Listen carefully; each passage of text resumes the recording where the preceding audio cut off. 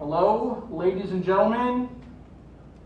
I'm here for many reasons, but one of the biggest reasons I'm here is regarding, we have a major problem in this world. I don't think it's as good as it should be, and it has to do with, we need to get people, everyone, to take your mask off to mental illness, mental health challenges, and mental health conditions. Stigma and discrimination is still prominent. It is still very, very big in this society we live today, not just with the media, and I'm doing something about it. There's other things that you're going to see that I do, but the stigma and discrimination has to change. It has to be when you walk down a street. It doesn't matter if you have a mental illness, a disability, a chronic illness, or a broken arm. But for whatever reason, we have an issue that it's different when you say the word mental illness. And that's got to change, and I'm working on that. And we're going to get to many different things. We're going to go from the really bad stuff here that happened to me in my life to the good stuff, which is the Wellness Toolbox. But let me just introduce you a little bit who I am, and maybe you can help me with this. I changed my name many years ago. My first name is Bip, that's B-I-P. So I also changed my last name as well. My last name is Olar, so it's Bip Olar, Bip Olar, Bip Olar, which means I used to have? Bipolar. Thank you. I did have bipolar. I did call myself Bip Olar. And I had this stigma, self-stigma about myself.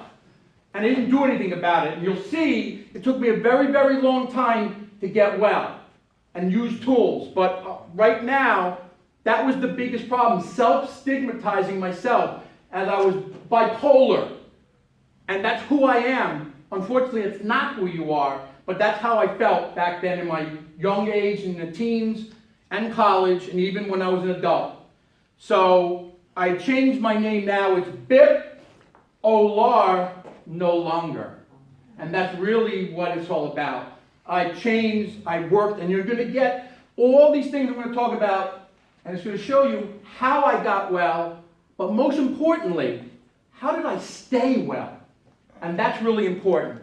So let me just tell you what I did. This is really cool. I just partnered. Do you ever hear of Wrigley's? You know Wrigley's? Yeah. You know Wrigley's, the gum company? Well, I just partnered with Wrigley's and I made bipolar mint gum. Yep, bipolar mint gum is in the streets. It's out everywhere. I also have some for you. So I'm not going to hurt you, but have your hands ready right now. I'm telling you. Here we go. Here we go. We got for you. We got bipolar mint gum. It's out in the streets today. Here you go. Here. Oh, Norman, you got to get one over there. Here we go. We got over back there. Here we go. Bipolar mint gum. Bipolar mint gum is on the street. Now let me tell you. Bipolar mint gum.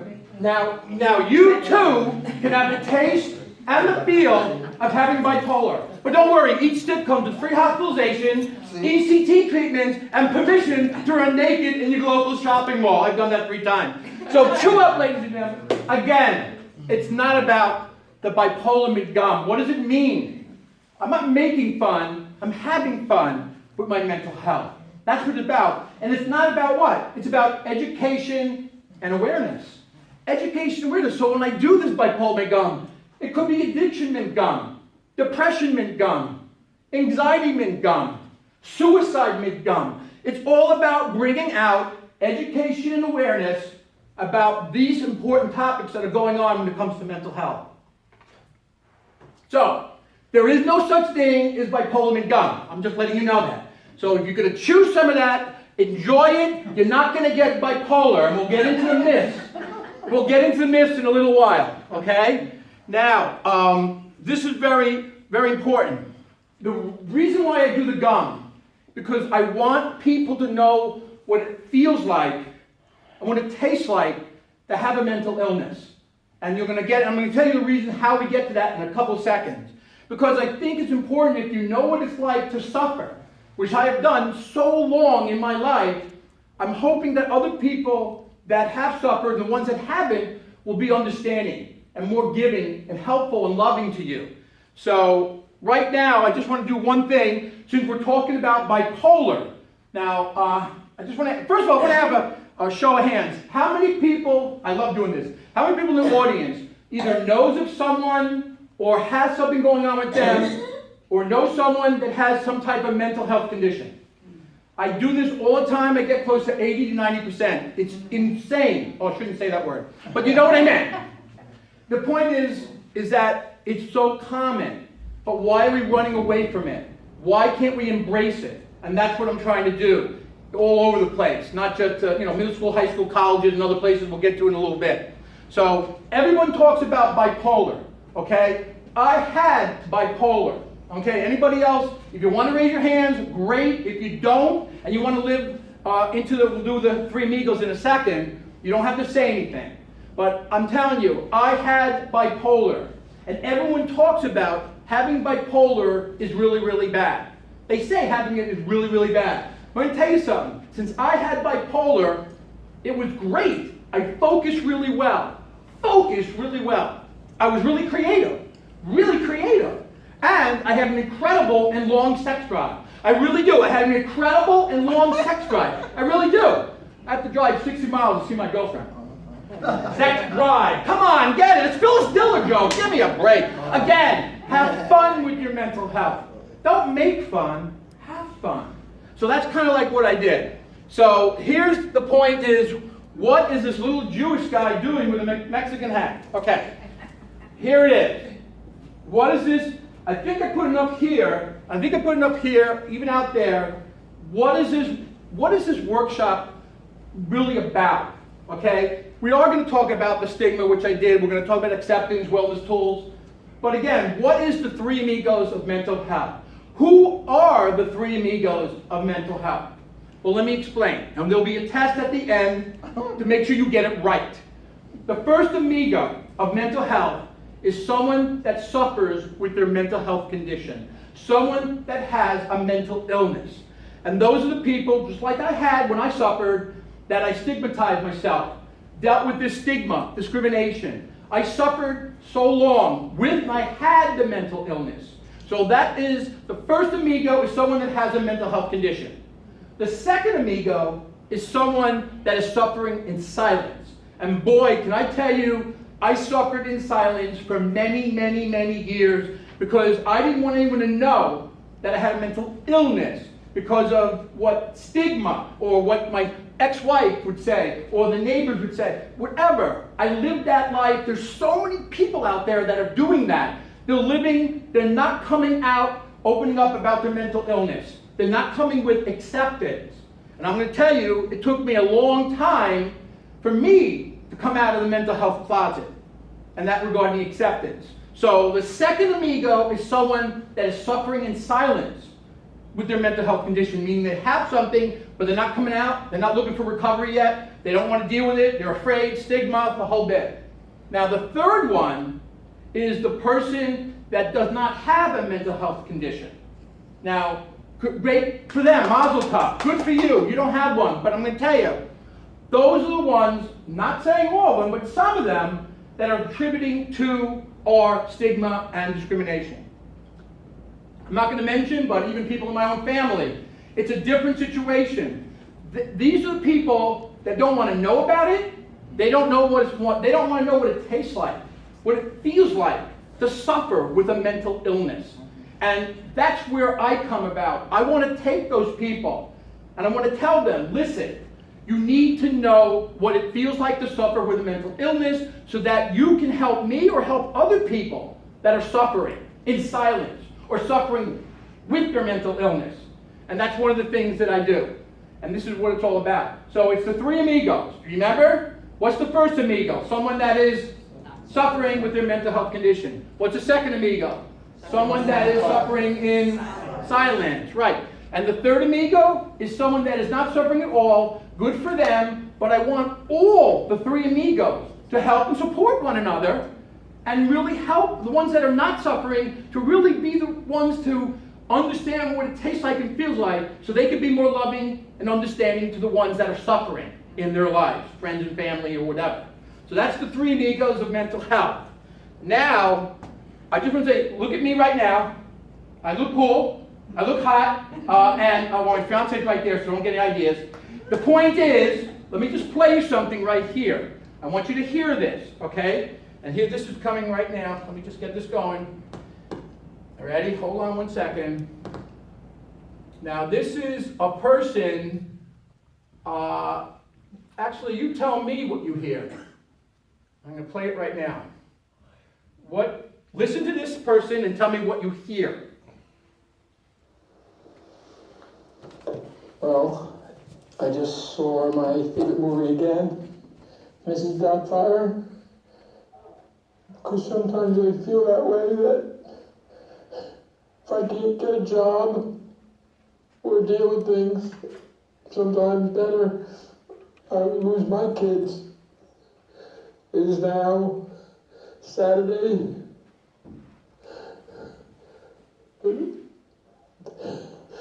October 13th. It's not a good day. Ladies and gentlemen, what did you hear from this voiceover? Tell me what you heard. Distress. Distress. Suffering. Suffering. What else did you hear from this guy? You. Pain. He's also, what? Pain. Pain. What else? He alluded to, like when he was talking about Patch Adams or Mrs. Doubtfire about losing his kids. He's talking about Doubtfire. He doesn't deserve his kids. He's suffering. He's in major depression. This guy is not doing well. Very, very sick. The guy is me. 5 years ago. I recorded myself when I was going through my depression, when I was going through my isolation. I was going through what I call the cave of hell. This is what, I'm not the best artist, but this is what it felt like. At least being in that cave of hell. Waking up, like I call it the neon sign. This is what it feels like. To that you go to sleep and you're like a 24 hours like a diner, open 7 days a week. You wake up and the depression is there again. I had depression with bipolar and it didn't go away. It is the worst feeling. So it's like a diner, open 7 days, the cave of hell, and so many times, this is not a real bomb, ladies and gentlemen, it's basically telling you it's a ticking time bomb regarding mental illness. And what it is that there are many times that I got better, or I said I got well, but then the ticking time bomb would go off. Bang! And I got sick again. Then I went back into the hospital. Then I went to outpatient. And then all of a sudden, I did the whole thing, I did the drugs and stuff, and I call it, I'll get into the triangle in a minute, but all I want to tell you is, if you look at me right now, does it look like I've been in 6 hospitals in the last 9 years? Does it look like I tried to take my life in 2008? Does it look like I suffered for almost 40 years and suffered in silence? Can't tell. Looks can be deceiving. But the point I'm making is, I went through so many different things. I was in the mortgage industry, ladies and gentlemen. I was making money. The money was only an antidepressant. As a commissioned sales rep, you're always worrying about your next sale. So, in 2006, I got shingles on my face. Shingles on my face. Know what's amazing? They went away and I got them back in 9 months later. That's unusual. To get shingles on the face, it goes only on the one side, and I have scars. From, I don't know how you get shingles, could be, I believe it had to do with my mental state. I was going through depression. Well, we do questions and answers at the end, but I just want to tell you. I would sleep in my car, ladies and gentlemen. I would take medicine, not to do anything crazy, just to go to sleep. And then wake up and 4 hours later, depression is right there again. I would sleep. I was in the mortgage business. Even when I was making money, when I wasn't making money, I would go sleep underneath my desk. That's kind of unusual.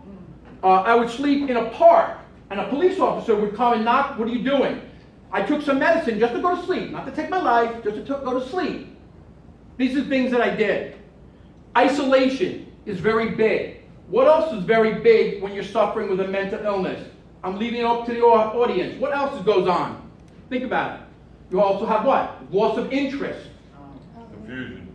What? Confusion. Confusion. Racing thoughts. What else? Suicidal ideation. Suicidal thoughts. Yes. Basically, there's so many negative thoughts.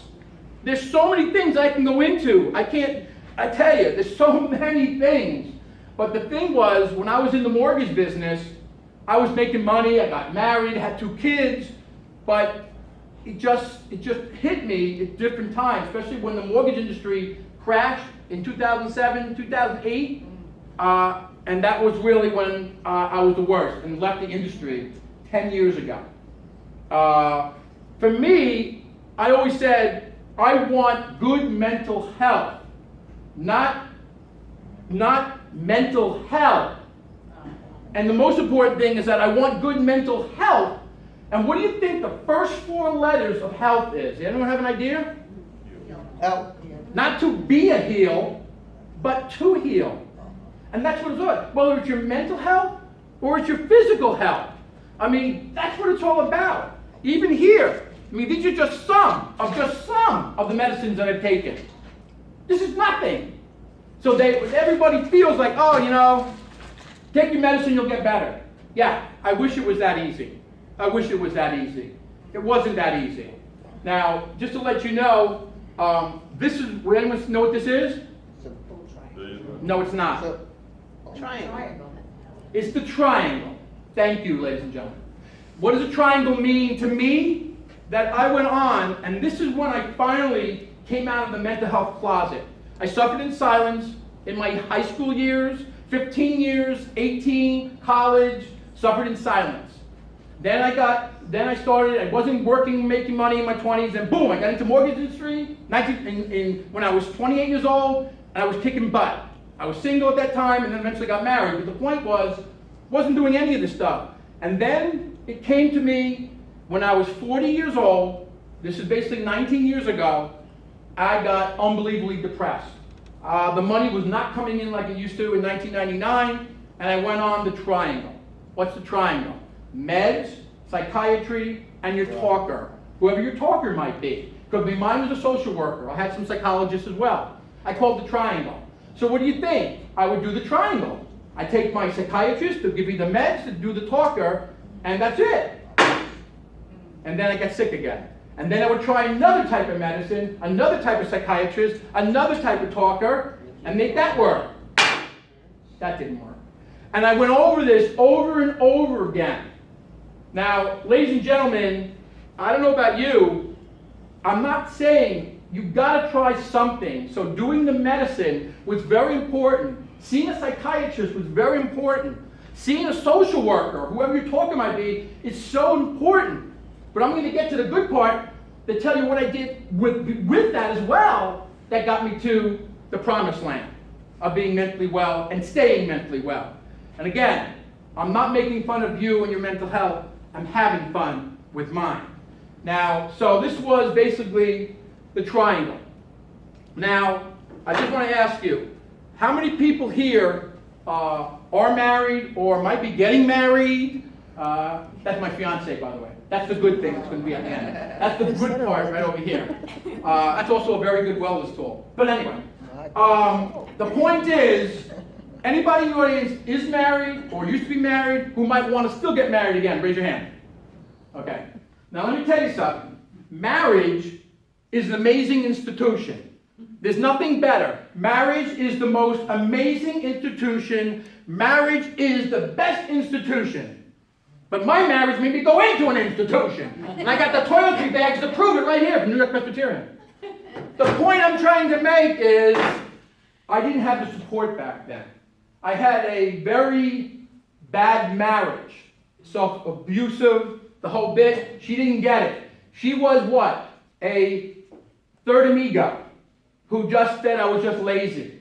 And I just wanted to lay on the couches with my face in there because I didn't want to play with the kids. She didn't get it. Just like many other people don't get it.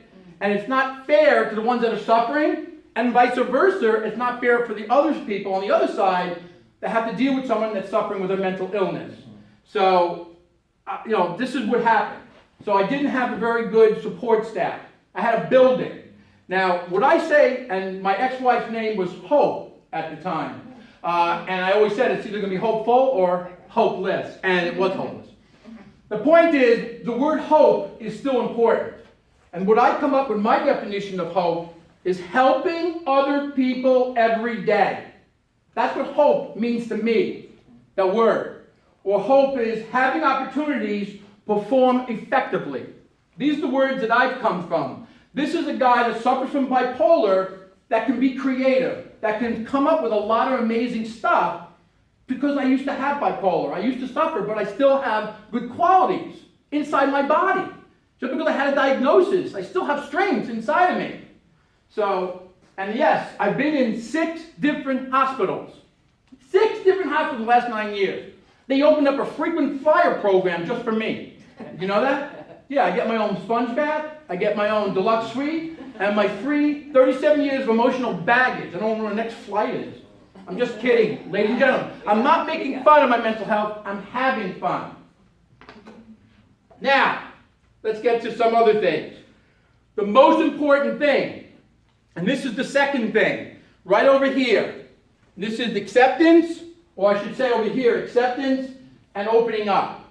I did not come out of the mental health closet until 1999, and I was 40 years old, with a 2-year-old and a 5-year-old, and I went through major depression at that age.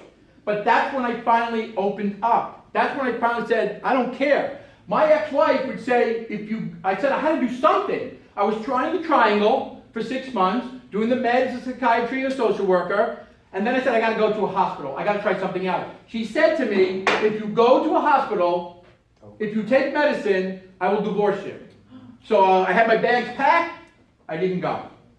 Second time, a week later, same thing. I said, I gotta try something, this depression's killing me, I need to try something else. She said, if you leave, I'm divorcing you.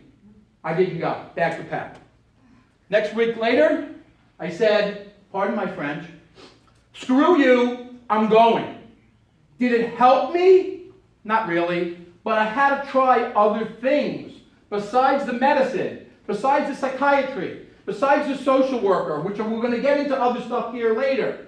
Again, what I'm trying to do is try to speak to high schools, colleges, middle schools, clinics, hospitals. Why? Because I make it cool, I make it fun, I make it enjoyable and helpful to talk about your mental health and your mental health challenges. And make it like you walk down the street, oh wow, that guy's a broken leg. Oh, I have some problems with my brain. So what? Doesn't make us bad people. Because we all are what? I thought we were all what? Created what? Equal? I thought we were, but I guess someone has a mental illness and that one doesn't, they're better than us? Sorry, I don't buy that.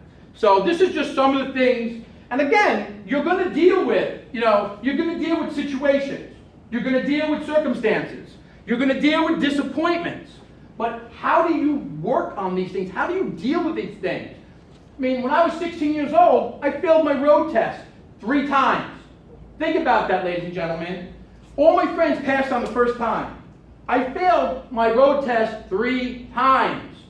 I think I went through a little depression back then because everyone else was having fun driving and I didn't pass until my 4th time. I get nervous with tests. So this is what just goes on.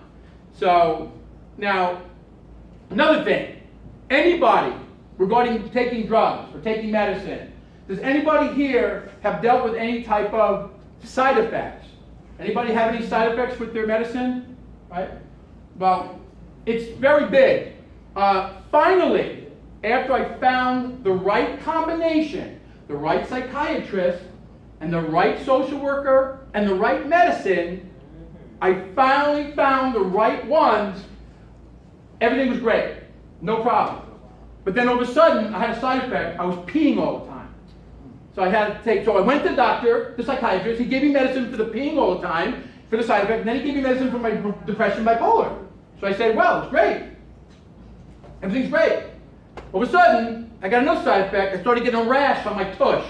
So now I'm taking medicine for the rash on my tush side effect. Now I'm taking the medicine for the peeing all the time side effect. Then I'm taking medicine for the bipolar depression. So I thought, now I'm done. Everything's great. All of a sudden, I start getting another side effect. I started farting out of control. So now I'm taking medicine for the type of the farting all the... You get what I'm talking about? It's like Abbott and Costello. Who's on first, second base? That's what I went through. That's what I went through. These is what happened to me, my story of suffering with my mental illness, trying so many different things. we're going to get to the good part, but I just want to show you the bad part here. But we're not there yet. We're not there yet. I'm trying to show people you can get well, and you can stay. The word is stay well. And you'll see that I did that, and I've been well for 3.5 years. Yes, yes, yes. I'll give it a clap. Because for me, that's a big accomplishment. It's a big accomplishment. I suffered for a very long time. Many, many times. So this is the story here regarding another thing, which was very important. Does anyone here know, first I want to ask this, in the audience, how many people, if you don't want to talk about it, you don't want to raise your hands, you don't have to. But I do this, how many people have seen more than one doctor, more than one type of medicine, and one type of talker? Anybody? Like more than one? How about 2? How about 3? How about 4? Well, guess what? You have won this Lay's Potato Chip Syndrome Award. Because you know the slogan of Lay's. You just can't have one psychiatrist, or one type of medicine, or one type of talker. It takes a long time to find the right combination, ladies and gentlemen. And I finally did, and we'll get to it in a second. So, what made me do this, to want to speak and perform all over, to middle school, high school, college, clinics, hospital, rotaries, libraries? What is this? This is therapeutic to me, to tell you how much I suffered, and how much I got well, and what was it that got me well. I'm getting you to eat me up like, tell me, Michael, we're getting there. You got to be patient, because I was a patient for a long time. Ha ha ha, very funny. The point is, we're leading to the next thing here. Okay, what is the 10th leading cause of death in the United States? And the second leading cause of death in colleges? Suicide. 43,000 people died last year, ladies and gentlemen. Number 10, and it's moving up. Now, there's something I want to say, and I get emotional when I bring this up, because he's the reason I am in the mental health field. And he's the reason I'm doing what I'm doing today. I used to be a speaker and speak about another problem we have on the roads called distractions when driving. And I was speaking about that. And then I got sick, went back in the hospital, and then this person took his life on August 11th, 2014. I am his biggest fan. I think his most underrated actor, most amazing comedian ever in our existence. Who is that guy, ladies and gentlemen? Robin Williams. Robin Williams. Now, Robin Williams done a lot of research. He had Lewy body dementia. There's so many more things you don't even know how bad he was going. I still don't like that he took his life. Trust me, I don't like that. I know why he did it, because he couldn't be who he couldn't be Robin Williams anymore. But he made me want to get into the mental health field. I was in 21 years in the mortgages, did really well, and then couldn't make money anymore. But he could have been our best spokesman. He could have talked about addiction. Make it fun. I mean, he used to joke about it in his routine and stand-up, but there's so many things that this guy, I'm not looking to be like Robin Williams, but I'm looking to use humor. I'm using laughter, and we're going to get in that in a second, that's so important. And as you can see, that wellness tool, the biggest one I use, is laughter and smiles, and we'll get over there in a minute. Now, again, it's all about never giving up. You can't give up in anything you do in life. I never gave up, but I got frustrated that I kept on being sick, and suffering for so many times. And what was it? What is it, ladies and gentlemen? What is it that we're dealing with? Brain. It's the brain. It's the brain, which I have some for you, so keep your hands out right now. Oh no. Oh. It's just the brain. That's a stress brain, by the way. So you can use it. I told you, be careful. Thank you. Be careful out there. These are stress brains. Not going to hurt you. Left hand straight there. I love doing that. So, this is what happened to me, okay? This is very important.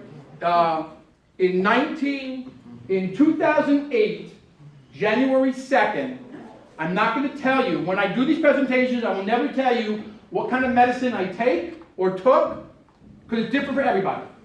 No, what works for me does not mean it's going to work for you. And I will not tell you. I will tell you that I used this in a certain way to try to take my life on January 2nd, 2008. Unfortunately, it was like the George Costanza method. It was a very lame attempt. I did it at the Crisis Center parking lot over in Pomona.